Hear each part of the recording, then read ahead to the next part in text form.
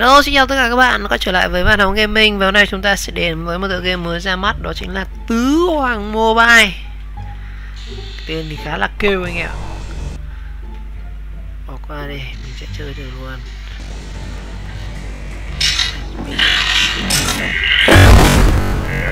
Khó quá. Có 4 cái lớp nhân vật nhá. Đây là lớp Chu Tước. Lớp 1 là Thanh Long Kiếm Khách. Lớp thứ hai là Cung Thủ Chu Tước. Lớp thứ ba là Huyền Vũ Lực Sĩ. Lớp cuối là Pháp Sư Bạch Hồ Đạo Sĩ. Rồi mình sẽ lên lớp Cung Thủ nhá. Bạn Hồng rồi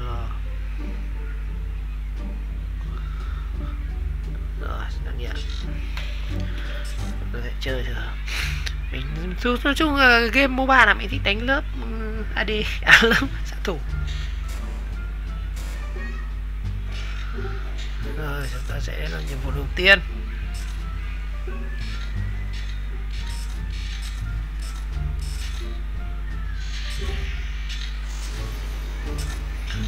Rồi mình sẽ đổi kỹ năng đầu tiên.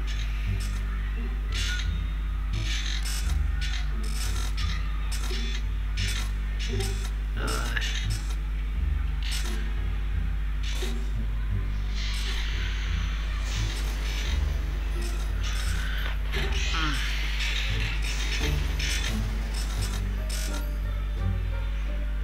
Trang bị item này.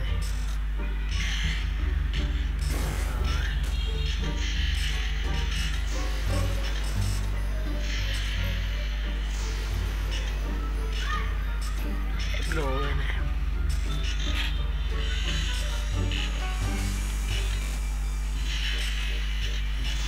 Đầu tiên là chúng ta làm thành cái trang bị thôi.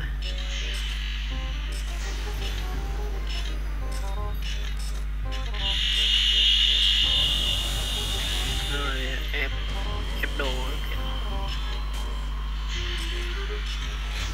Rồi bây giờ mình đi làm nhiệm vụ.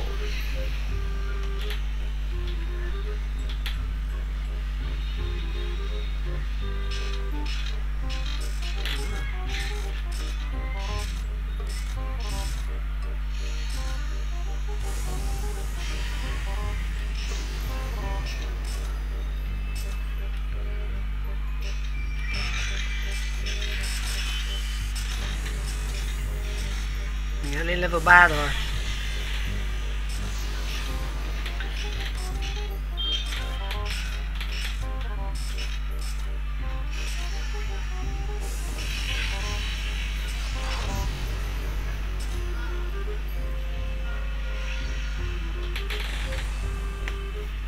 Kiến thức về PK phụ bản đấy.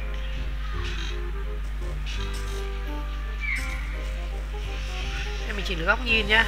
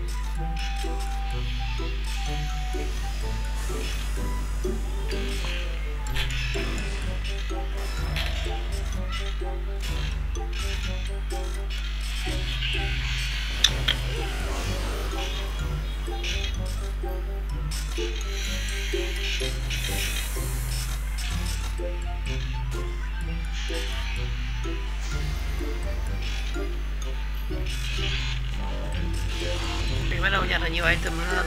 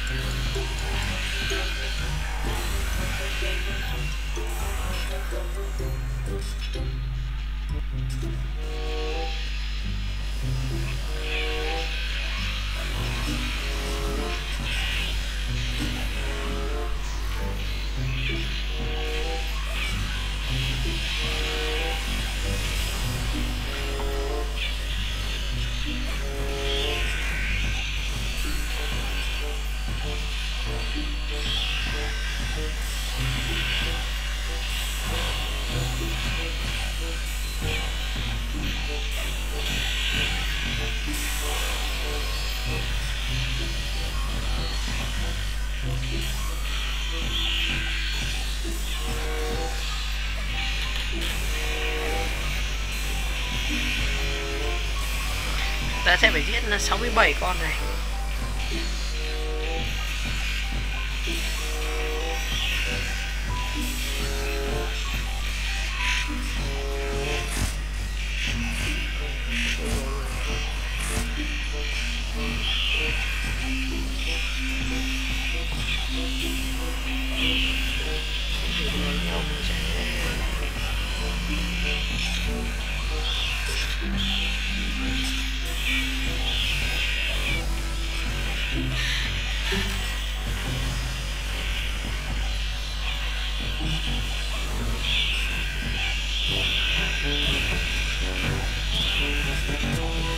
Bao nhiêu đứa? 42 rồi.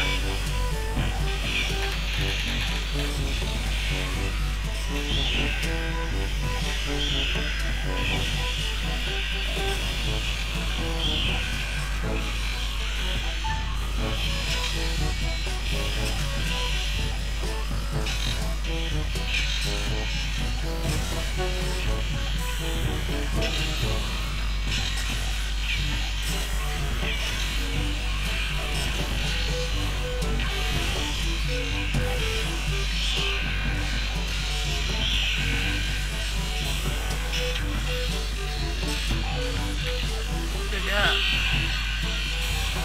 Ai chưa giết được hết chúng nó.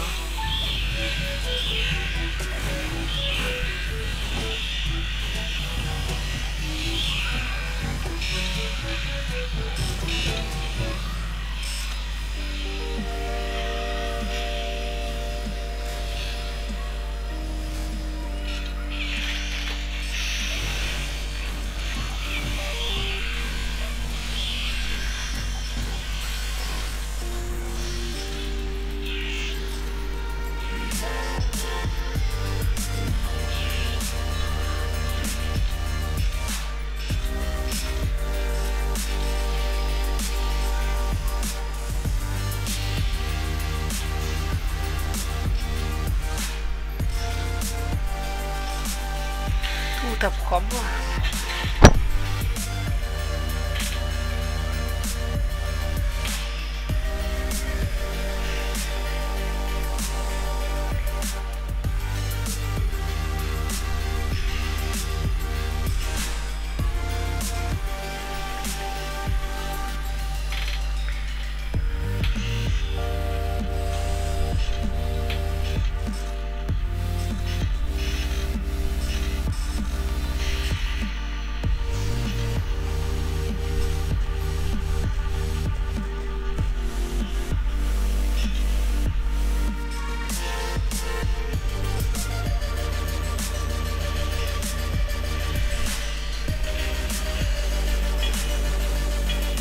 Chặt cây vãi cất rồi.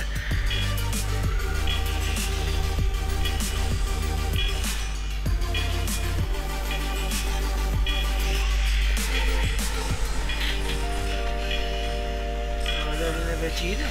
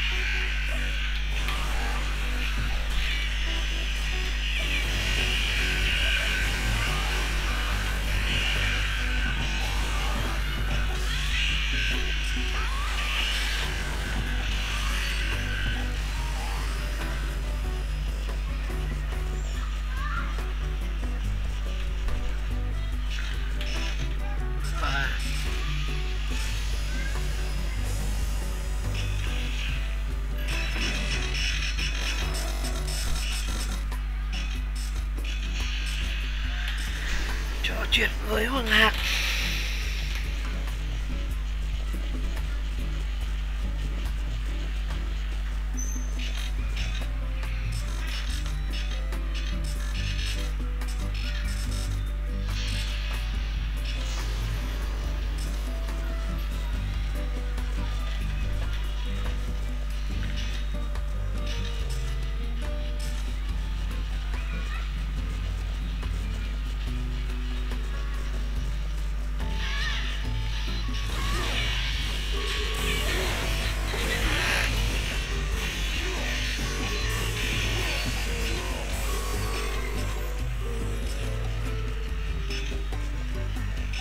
Này nó cũng tự động tăng nhỉ.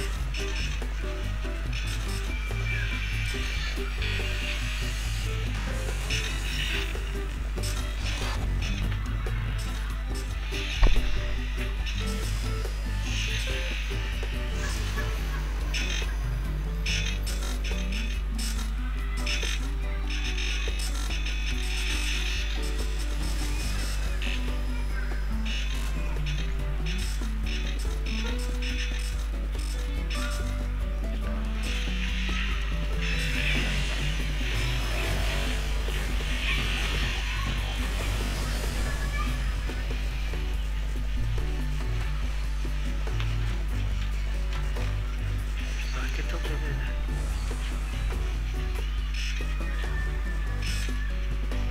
Đánh bại tứ quỷ.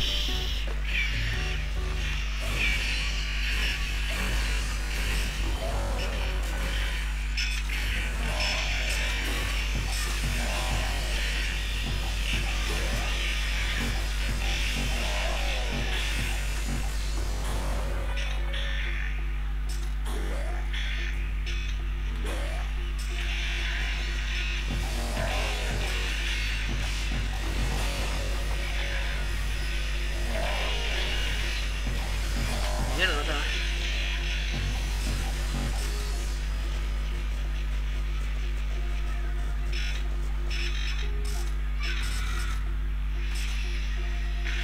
Rồi kết thúc chương 1.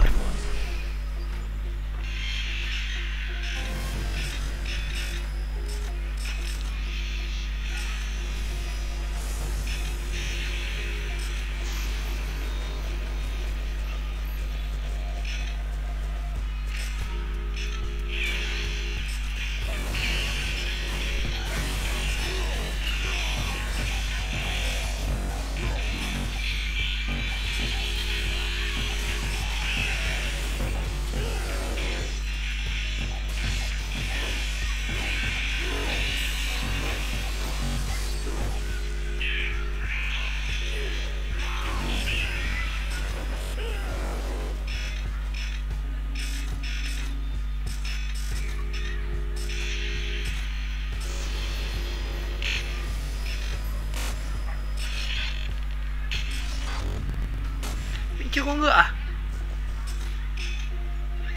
Chưa đến cấp gọi ngựa. 11 chưa gọi có ngựa.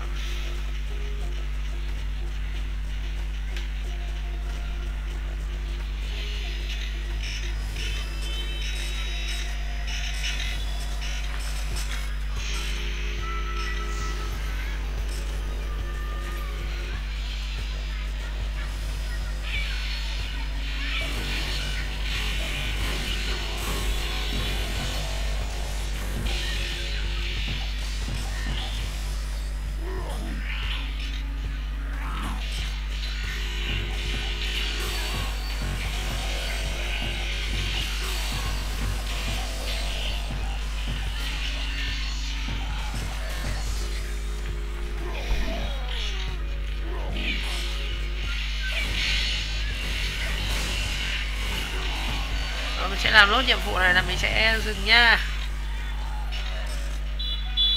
Chuyện nốt với Mỹ Hồng Vương này là sao? Sao?